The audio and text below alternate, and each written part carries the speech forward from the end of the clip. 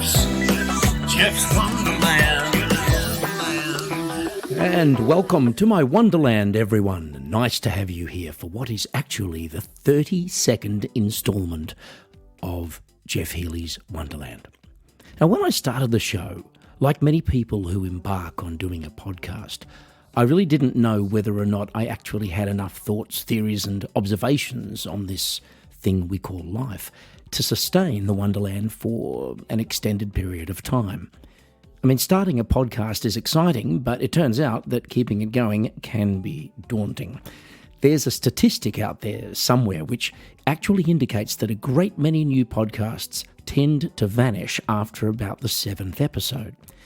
This happens for a variety of reasons, one of the main ones being that, well, quite frankly, it's one thing more that one has to do, on top of all the other things in life that we have to do, and it does require the sort of effort and self-discipline that I, for one, have never been particularly good at.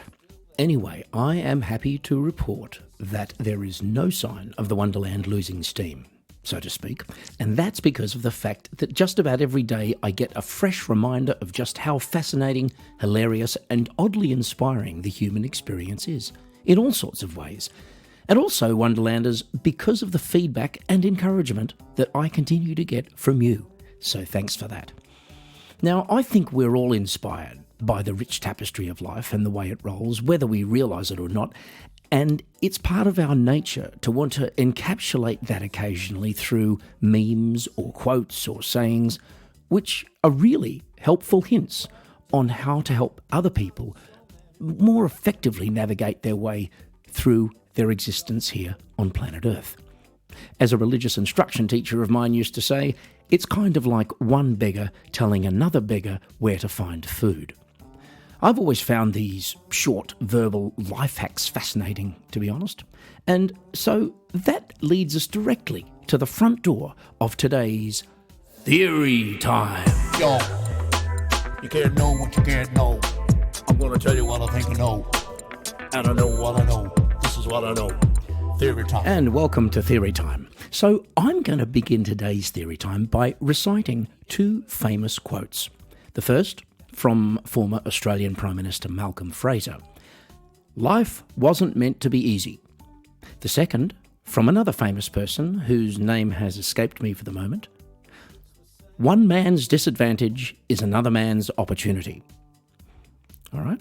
Now, in one respect or another, life has probably never been easy, but I think just because we're surrounded with the trappings of modern life in terms of technology, yummy fast food, air conditioning, memory foam mattresses, and other interesting trinkets to keep us distracted from the more tedious stuff, we have still managed to maintain a world where sometimes it all just gets a bit too much, and we need a break. For example, consider the growing incidence of burnout syndrome. You know, when people start losing it because they're overworked, overstressed, overwhelmed, or just generally over everything. And we'll say to these people, you need to get away from it all, meaning you need to go somewhere where you can be completely removed from your regular environment in order to recover. But you know, these are not the people who should be first in line when it comes to getting away from it all. No, there are those in our society who, more than anybody else, whose incurable affliction, whose disadvantage, if you like, has proven that they really need to get away from things as often as possible. It is a largely forgotten part of our society, rarely acknowledged, but making up a far greater percentage of the population than any of us might care to admit. Yes, I'm talking about the clumsy, the accident-prone, and the easily embarrassed. Confused? Well, let me explain. I'm quite sure that most of us have, at some time or another, been in a situation where we've been out somewhere we're not particularly familiar with, and we make a fool of ourselves by doing something unintentional that causes people to look at us and laugh, or worse, and then someone will say, "Oh, it's okay, no one knows you, don't worry about it, you'll never see these people again." And I guess, if you're the person in the humiliating position, you might consider this advice and think to yourself, yeah, you're absolutely right. It's fine. I can just laugh it off, put my underwear back on, and not worry about it because no one here knows who I am. Well, we've all known people who are very likely, for one reason or another, to find themselves in these types of situations more often than the average person. And so I would like to suggest that the disadvantage suffered by these poor souls presents a hitherto unrealised opportunity for the travel industry. And I'm going to call this cringe tourism. The principle of cringe tourism is to arrange all-inclusive package holidays specifically tailored to the accident-prone, the clumsy, and the easily embarrassed. Itineraries would involve carefully selected destinations with a no-risk guarantee of there being anybody there who would recognise the traveller should there be an unfortunate incident or incidents. Celebrities and politicians would pay a premium for the service, of course, given the increased difficulty of achieving anonymity, although significant discounts may apply for the slightly less secure possible paparazzi package. This is what I know. Theory time. And that was Theory Time, and without even missing a beat, if you'll pardon the pun, it's now time to welcome you again to Song of the Day. So today's funky little track comes from my Love in a Suit album, and it's one of my favourites from that period. My inspiration for writing the song was that as a travelling musician, I tend to think of my gigs and tours in terms of months, and occasionally I get a break in the middle of one of these tours, which I might describe as having nothing for a particular period of time. And that's not a bad thing.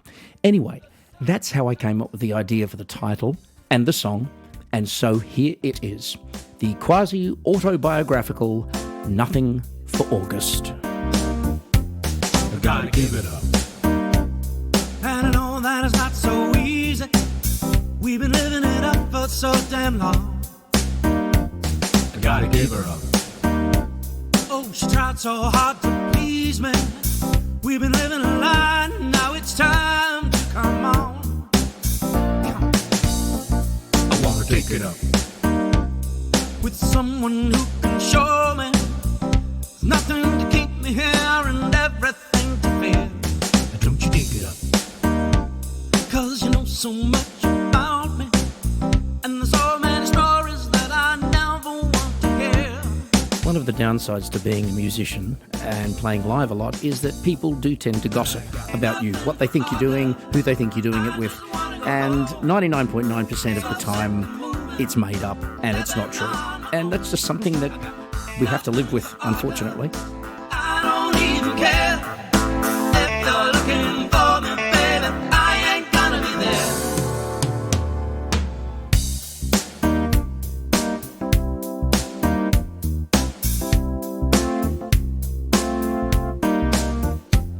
I gotta keep it up. If you won't be there for As is the case with a lot of my songwriting, I find this is a series of images, a series of thoughts, sort of thrown together in a jumble. And it's almost like stream of consciousness songwriting. I think the advantage of that sort of songwriting, though, is it makes it easier for the listener to read their own interpretations into the song. If I ever get the feeling that I cannot breathe the air, Don't make it up. if I ever lose the dreaming, I know it comes back to you if you want to be there. And that was a sneak peek of Nothing for August, which incidentally is another song that I am subconsciously earmarking for re-recording and re-releasing, partly because I really like it, but also because I've got the feeling I could do it a lot better now than I did back in 1999. Anyway, look, please check out the rest of the track and my other albums and songs on your favourite music streaming platform.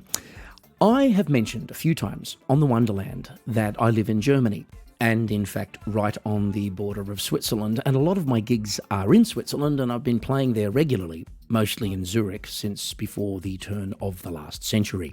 So what that means is that I'm pretty familiar with the place, pretty familiar with the system. I've got a lot of Swiss friends, and I still find myself there quite often. But as with all places, there are upsides and there are downsides, and none of these has anything to do with knives, precision watches, chocolate, or cheese. And that leads me neatly to our subject for Geoff's thought of the day. I was thinking about something I think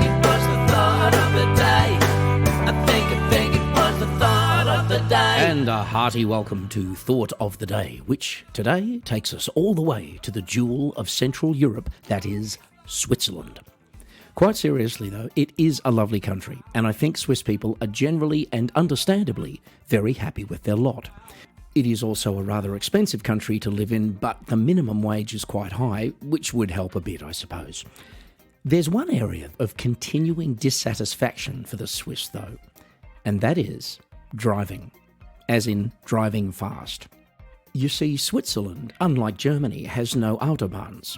Well, they do, but these have a speed limit of 120 kilometres per hour, whilst the speed limit for standard highways is 80 kilometres per hour. In Germany, the highway speed is 100 kilometres per hour, and if you're on the Autobahn, there is no speed limit as such. Although there is a recommended speed of 130 kilometres an hour. Not that most people pay much attention to that because it's not actually law. Although if you're driving over 130 and you're involved in some kind of accident, you may have insurance issues to deal with. That is, if you're still alive. But the Swiss are keen motorists. They really are. And they will routinely come across the border and drive like the clappers, faster than they would back home, because suddenly they can. And even if they do get pulled over for speeding, the penalty will usually be considerably less than they would pay for doing the same thing in Switzerland. Now, I don't know what it is with Switzerland and fast driving on roads or even in areas where it would be appropriate to do so. I mean, driving fast professionally is illegal in Switzerland too, evidenced by the fact that there is no such thing as a Swiss Grand Prix. At least, not one that's held in Switzerland. Another area where Germany is attractive to the Swiss is that of grocery shopping. Swiss people can come across the border into Germany, buy their groceries a lot cheaper than they can back home, and then get a tax refund into the bargain. Now, Germans sometimes grumble about this, but during the coronavirus lockdowns, when the border was closed between Switzerland and Germany, German supermarkets realised just how many of the customers were Swiss, and that people coming over the border to do their shopping in Germany from Switzerland was really important to the local border economies. So now I don't think there's quite as much grumbling. Anyway, do visit Switzerland if you ever have a chance. It's beautiful, clean, safe, everything works, the Alps are magnificent, the trains run on time, the coffee is superb, the natives are friendly, yodeling is optional, and of course, the Swiss national flag is also a big plus. I think it was the thought of the day. And that's it for Thought of the Day, and indeed our episode for this week. I hope you've had fun on today's Wonderland Express, which I think was actually also the name of a John Denver album. Anyway, look, if you have enjoyed listening to the show and you happen to be on Apple Podcasts or iTunes, please leave a comment or a rating and don't forget to hit that subscribe or follow button if you haven't done so already. As for me, I'm going to go out now to hit the Autobahn and the supermarket specials, but I will be back with more thrills and spills next Friday, of course. So don't forget to join me for the next questionably entertaining episode of My Wonderland. Gonna get back to just Wonderland. Gotta come back to the Wonderland. Just Wonderland.